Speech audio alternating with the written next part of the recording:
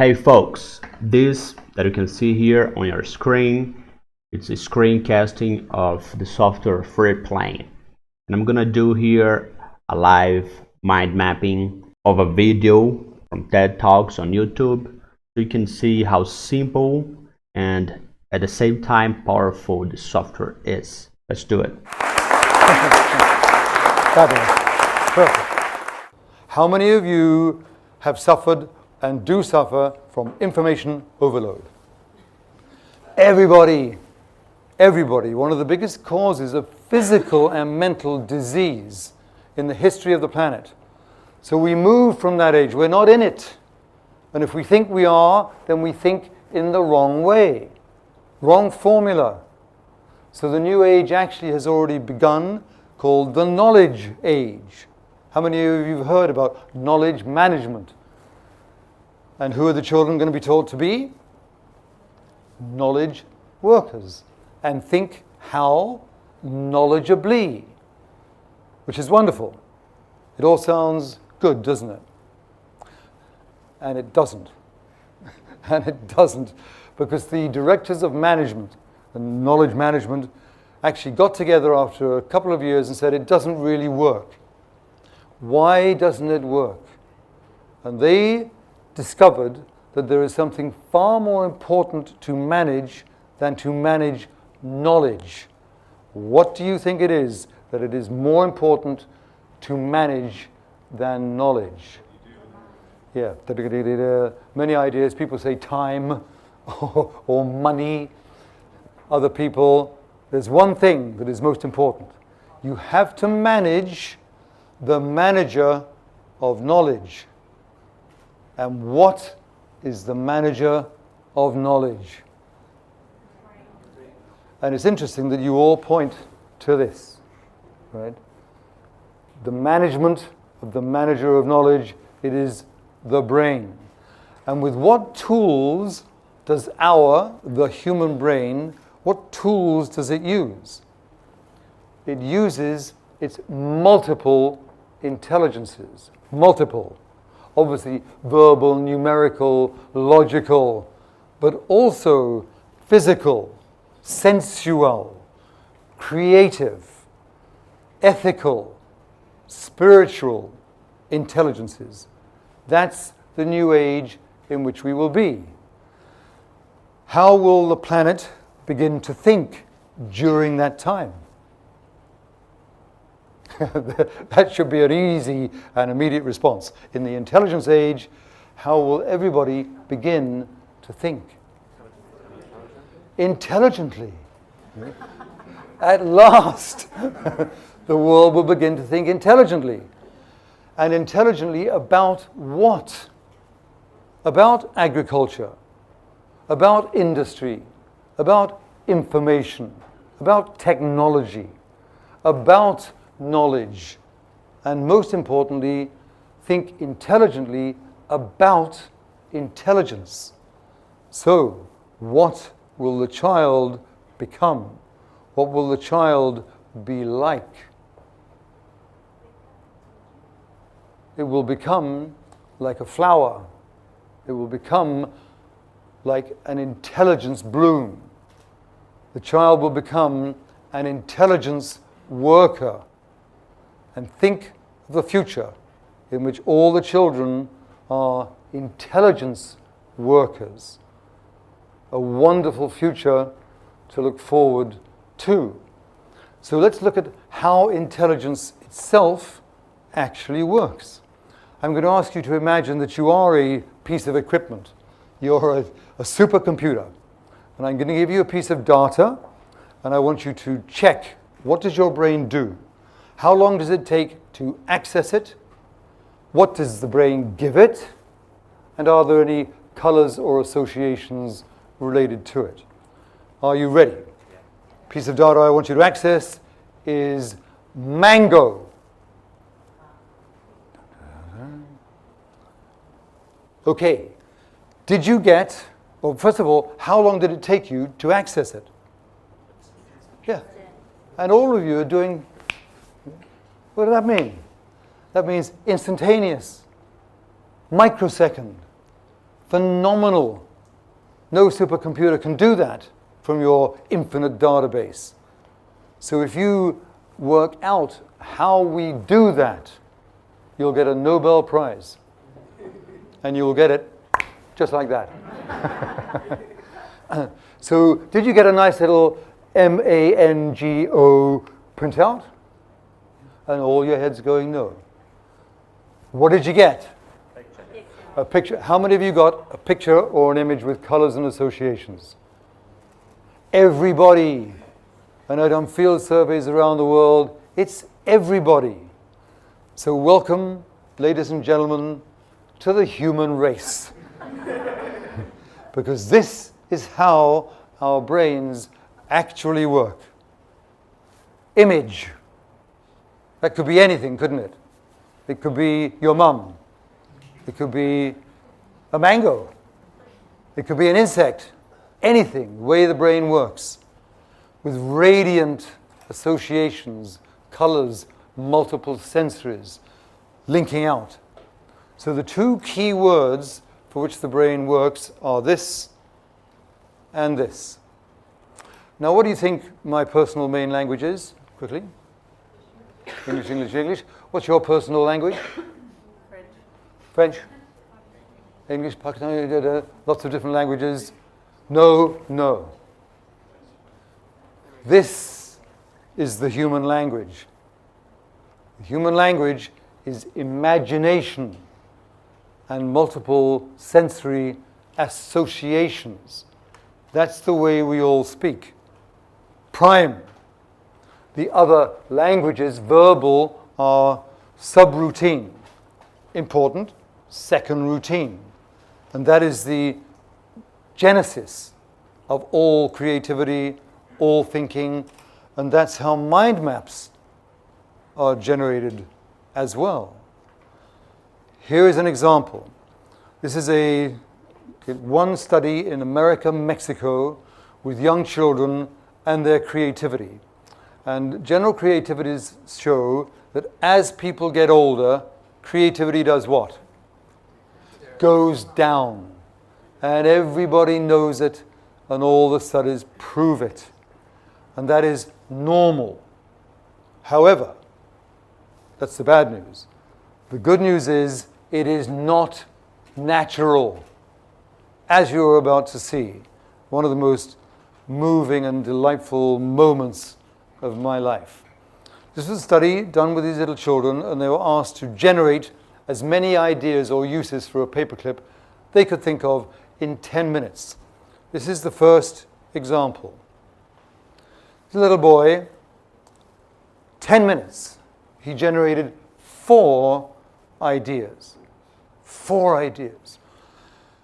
His researcher, the lady Amerique Jenkins, taught him for 1 hour only that radiant human language and thus mind maps. He had 1 hour lesson, and then he was asked the same question, how many can you think of? And he was thinking of an elastic band. How many uses for an elastic band? Same time, same paper, same fundamental equipment, same brain, 1 hour later, that's what he did. 22 ideas. And he got no more marks for anything else. But you look at those lovely little circles. What are they? They're his feet. Those are his little trousers. Those are his little hands. And what's that rising sun above the elastic band? That's his head. And when he did it, in the beginning of the first test, he was saying, I'm not very creative vocally.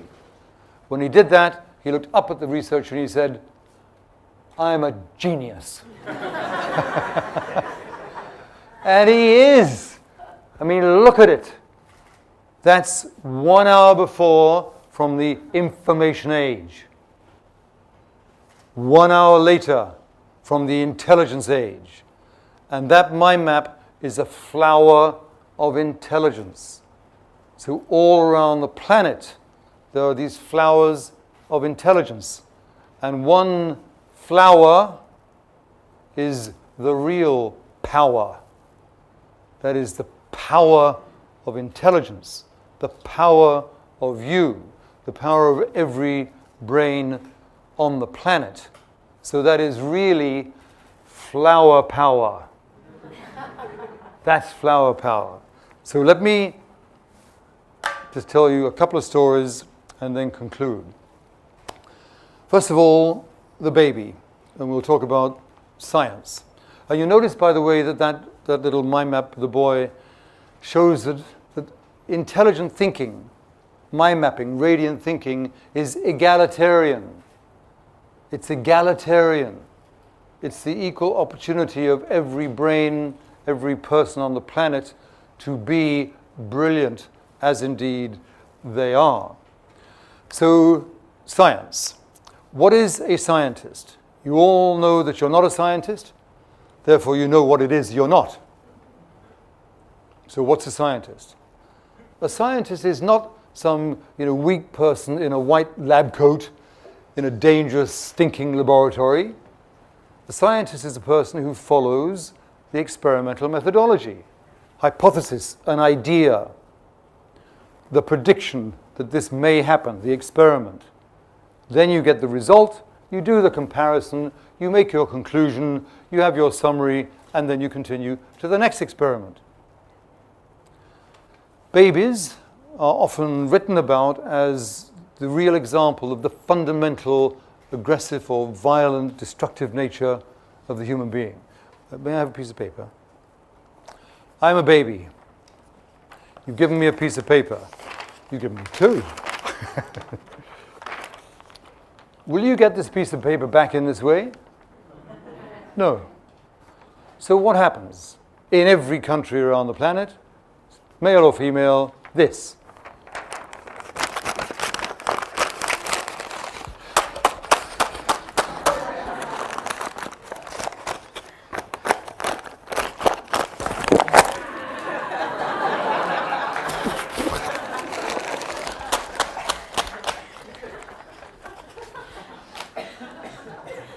What's the little baby? Scientist. Pure scientist. What is the engineering, mechanical, tensile strength of this material?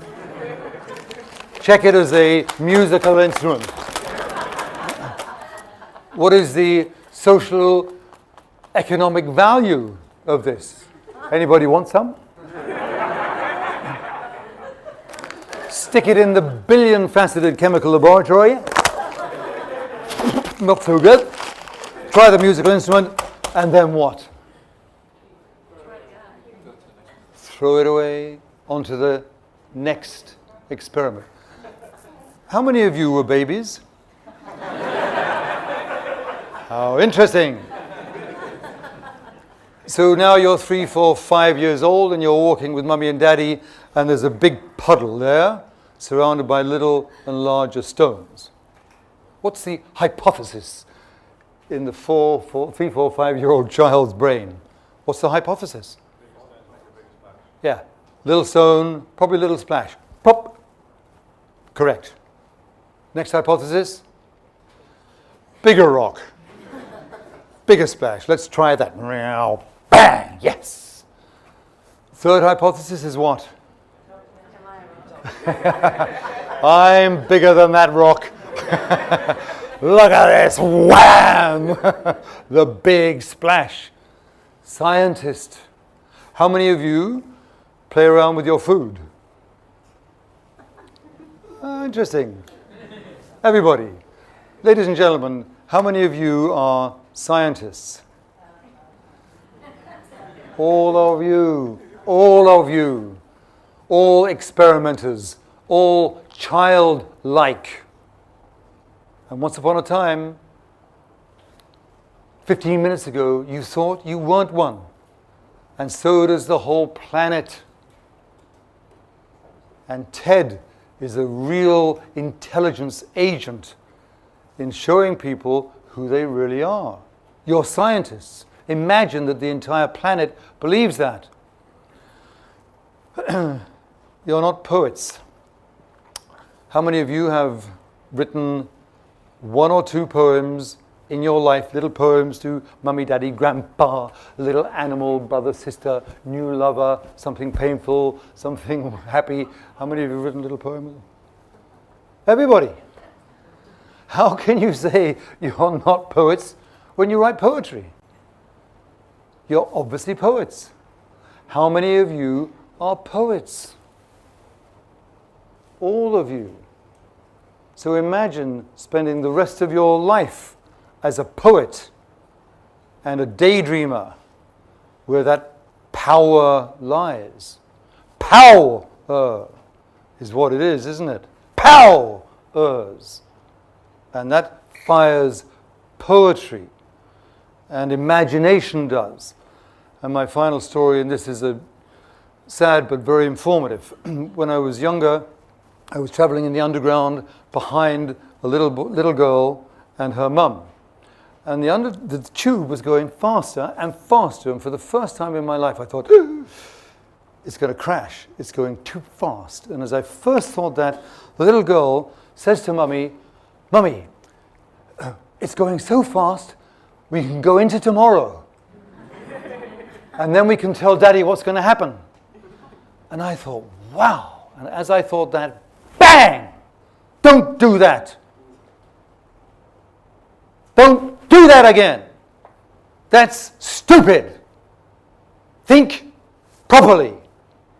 And there was a little 5-year-old girl, Einsteinian, and the daydream was crushed out.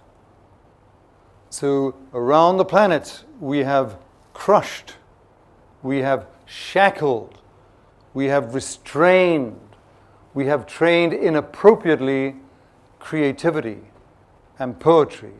And you are all poets, you're all therefore artists, you are all scientists, you are all childlike. You are therefore going to be warriors of the mind, because that's what it's all about, isn't it? You're warriors of the mind and its beauty.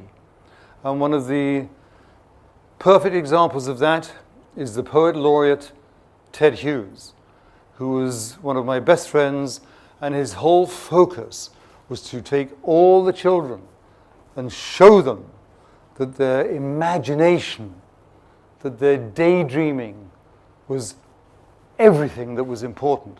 And that's how they would grow. That's how they would become real humans. And they were all, by definition, poetic.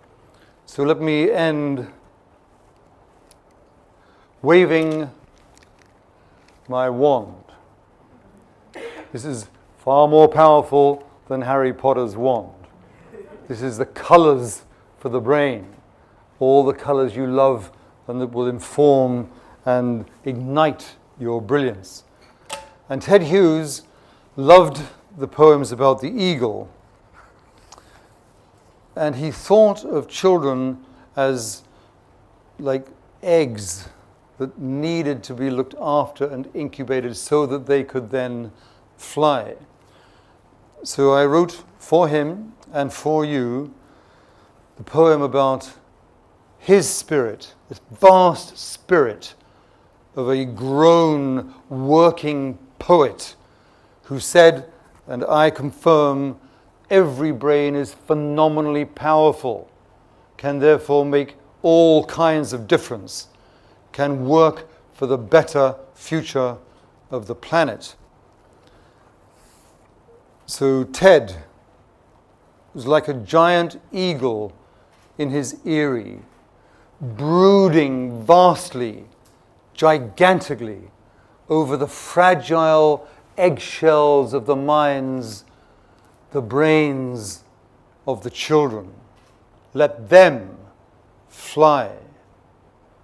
That is a gift from Ted, through me, for you, the warriors of the mind, the poets.